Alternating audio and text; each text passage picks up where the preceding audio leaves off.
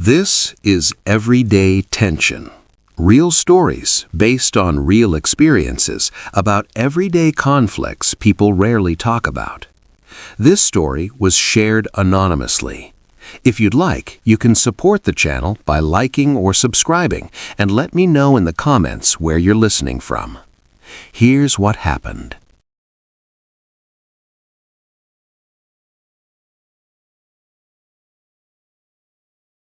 It's been almost 10 years now. Sometimes I count it out in my head, from that first awkward dinner to now, just to make sure I'm not imagining how long it's been. 10 years with my husband, 6 of them married. We have a daughter. She's 9. By all the normal measures, I am part of this family. But most Sundays, or on birthdays, or when a big family picture is being taken, I feel like a guest who stayed too long, and nobody knows how to ask me to leave. I met my mother-in-law, Carol, early on. She was polite. That's the word I'd use. Not warm, not cold, just polite. She asked me about my job, where I grew up, the usual things. I tried hard, because I knew how important family was to my husband, Mark. I asked her questions about her life, her sons when they were young.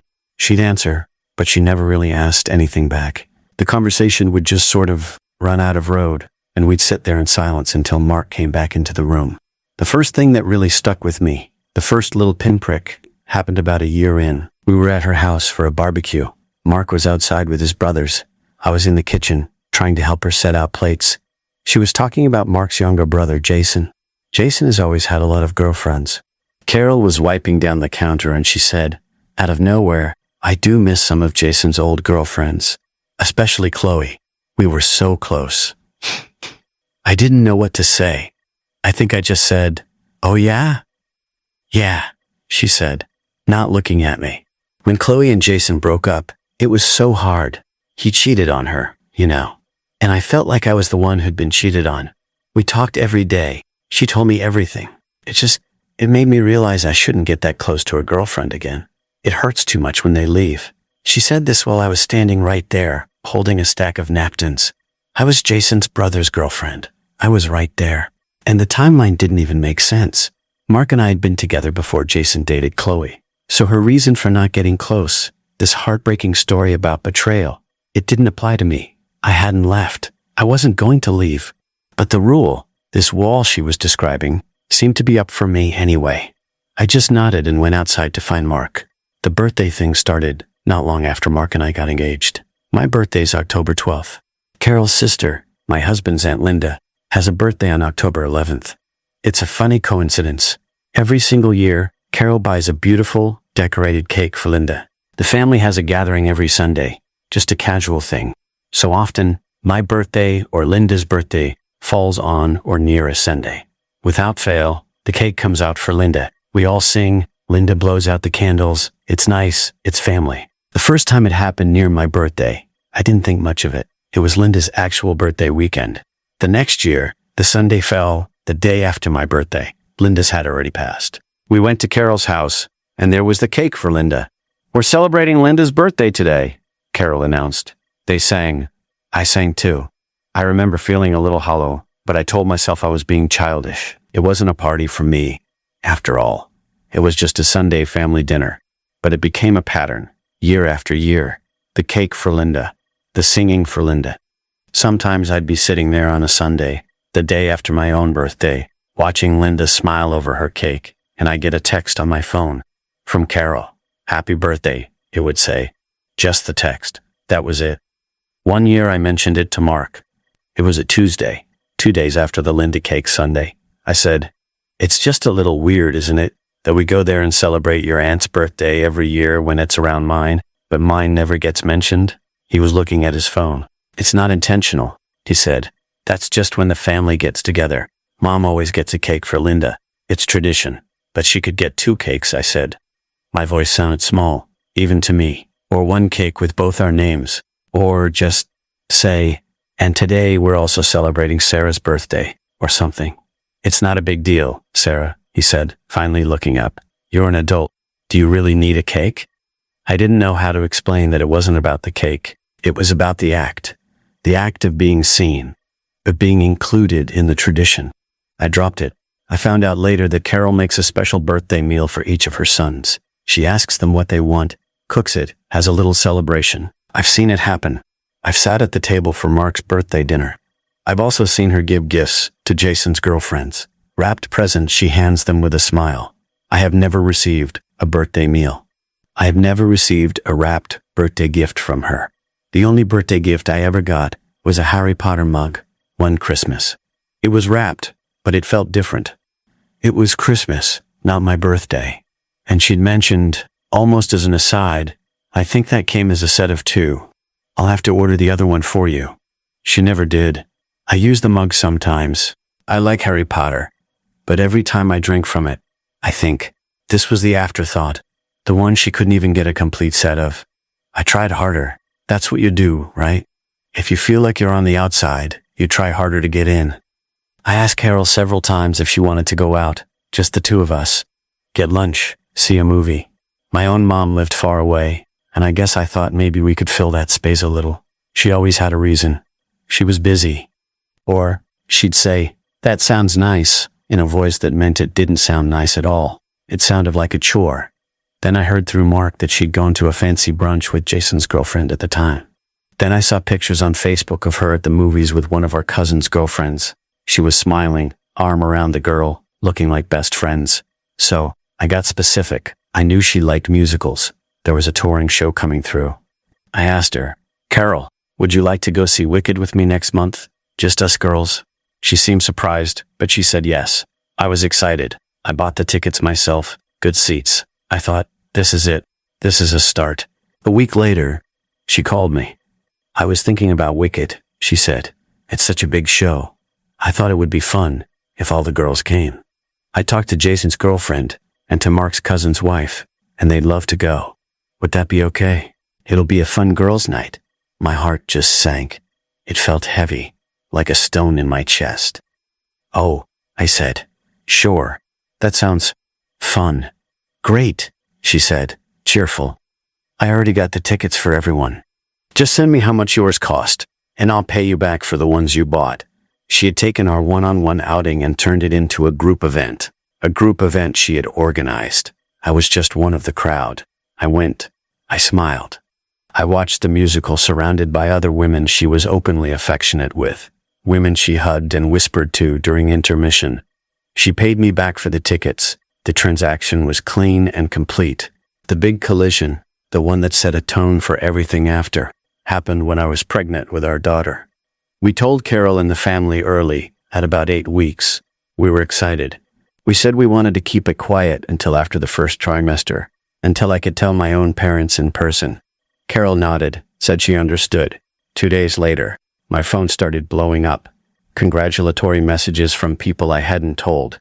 Distant relatives, old family friends. I was confused. Then I checked Facebook. There it was, on Carol's profile.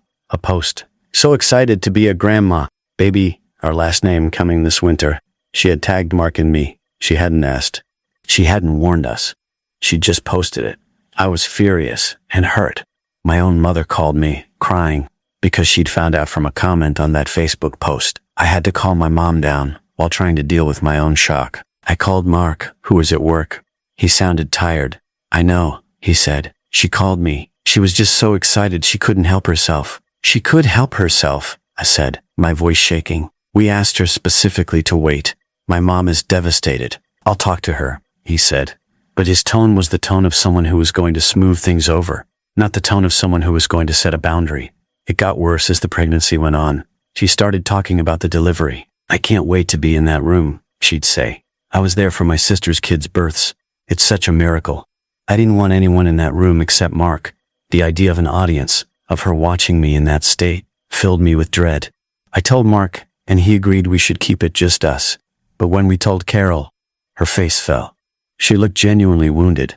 "But I'm the grandmother," she said. "How can you not want me there to welcome my first grandchild?" She started working on Mark. Little comments. "I just feel so excluded. Other grandmas get to be there. I won't be any trouble. I'll just sit in a corner." He started to waver. He'd say things like, "Would it really be so bad?" It would mean a lot to her. The pressure was immense. I felt like I was being painted as selfish, as keeping this joyful experience from her. In my most vulnerable state, I was having to defend my own privacy. I finally put my foot down. I told Mark flatly, "No, it is not happening. This is my medical procedure, my body. It's not a spectator sport. If you can't support me on this, you don't need to be in the room either." He backed down. He told her no, firmly. She was cold to me for the rest of the pregnancy. She'd asked Mark how I was feeling, but rarely spoke directly to me. When our daughter was born, she came to the hospital afterward. She held the baby, took pictures, but there was a stiffness there, a distance. I thought, with time, it would heal. It's been 9 years. It never did. It just became the foundation everything else was built on. The family picture incident happened when our daughter was about 3. It was for Mark's great-grandmother's 90th birthday. A big deal. The whole extended family was there in a community hall. After cake, Carol stood up and clinked a glass. "Okay, everyone, we need a picture of the whole family with great-grandma. Let's get everyone up here." She started calling names, hurting people. "Mark, over here. Jason, you too. Bring the kids. Sarah, let me have our daughter." Our daughter went to her. I stood back, assuming I'd be called next. I watched as she arranged her sons, their girlfriends, the grandchildren, the aunts and uncles. She was curating a scene. I wasn't in it. She stepped back, looking through an imaginary camera frame. Almost, "Okay, we're ready," she said.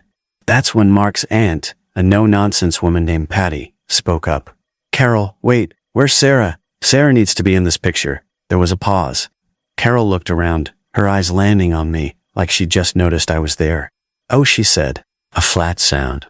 "Well, come on then, Sarah. Squeeze in there." I moved into the crowd, my face hot. I stood next to Mark. He put his arm around me, but he didn't look at me. He hadn't said a word. He hadn't noticed I was missing until his aunt pointed it out. That silence from him, in that moment, hurt almost as much as being forgotten. It was a confirmation that in the ecosystem of his family, I was optional. I was background. After we had our daughter, I thought maybe things would change. I was the mother of her grandchild now. Surely that counted for something. And in some ways, it did. She loves our daughter. She buys her gifts, remembers her birthday. But even there, I saw the disparity. Last year, Jason started dating a new girl, Emily. She's 17. Jason is 26. That's a whole other thing. But Carol adores her. She talks about Emily all the time. She's just so mature for her age. She'll say, "I heard through the family grapevine that Carol bought Emily tickets to some big concert festival. The kind of tickets that are nearly impossible to get and cost hundreds of dollars. She's also paying for them to have regular movie nights. For Christmas, she's been talking nonstop about an American Girl doll she's buying for Emily. A very expensive doll. I thought about the Christmas I got the single mug. I thought about the birthday texts. I thought about the gifts for our daughter, which are nice, but never on the scale of what's being discussed for this teenage girlfriend. It felt like a splash of cold water. It wasn't that she was incapable of generosity or grand gestures. She was. She just reserved them for other people. For people who weren't me. The vacation thing is another layer. We've invited Carol on trips with us. A weekend at the beach. A visit to a cabin. She almost always says no. She's busy. She has other plans. But then, Mark's cousin's girlfriend will post pictures from a weekend wine tasting trip, and there's Carol, front and center, smiling with a glass in her hand. Or Jason will mention that Mom is going with him and Emily to some concert out of state. We weren't invited. We hear about it after. There was one big family vacation, a reunion on his dad's side. The plans were made in a group chat I wasn't added to. Mark was added, but he doesn't check those family chats often. By the time we heard about it, all the big houses were booked. We were told, "Oh, you can probably find a hotel nearby if you want to come." It felt like an afterthought, an inconvenience. We didn't go. I've talked to Mark about all of this so many times. It always follows the same pattern. I'll bring up an example, my voice careful, trying not to sound accusatory. "Did you notice that at Sunday dinner?" He'll sigh, a deep, weary sigh that makes me feel like I'm starting a fight. "What about it?" "It's just the cake thing again. For Linda, it's the Sunday after my birthday. Sarah, we've been over this. It's not about you. That's just when we have cake for Aunt Linda. But why is there never cake for me?" I'll ask, and I hate how plaintive I sound.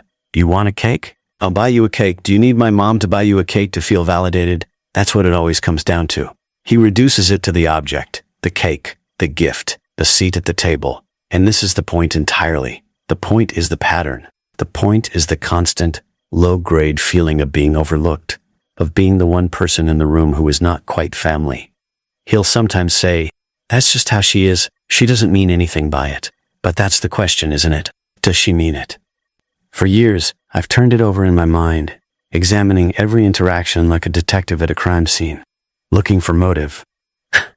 The only concrete reason I have is the pregnancy. I set a boundary. I said no to her. I didn't let her have the experience she wanted. In some families, that might cause a temporary rift. In this family with her, it seems to have become a permanent marker. I am the one who said no. I am the one who wouldn't play my part. But then I think, is that really enough to explain a decade of exclusion? To explain buying a teenage girlfriend concert tickets while you can't remember your own daughter-in-law's birthday with anything more than a text? To deliberately leave someone out of a whole family picture? I don't know. I really don't. Sometimes I think I'm going crazy. Maybe I am too sensitive. Maybe I'm reading into things. Maybe I'm the problem. Carrying this resentment, this expectation that she'll ever be different. Mark's life is easier when I just let it go. When I smile at Sunday dinner. When I thank her for the text. When I don't make a fuss. The path of least resistance is wide and well-traveled. Other times, the weight of it is just there.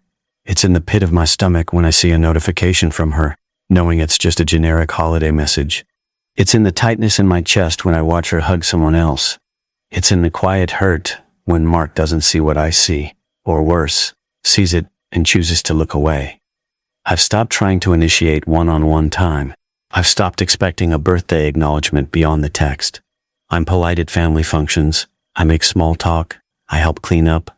I am the picture of a dutiful daughter-in-law. But inside, I've pulled back. I've built my own wall, not out of spite, but out of self-preservation. It hurts less to not expect anything.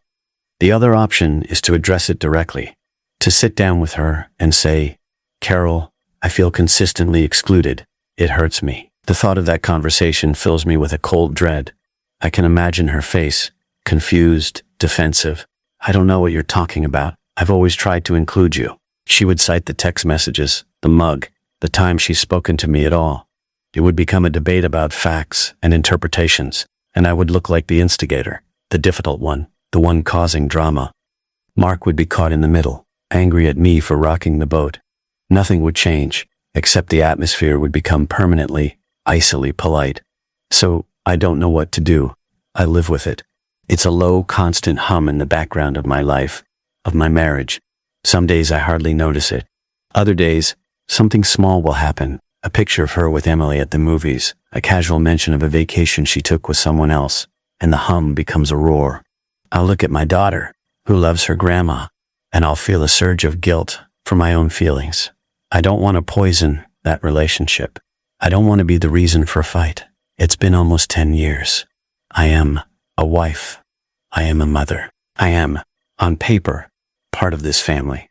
But in the quiet moments, in the spaces between the conversations and the gatherings, I still feel like I'm standing outside a window, looking in at a warm room I can't quite enter. And I don't know if I'm overreacting. I don't know if it's intentional. I just know it is. And after all this time, that's the thing I have to find a way to live with.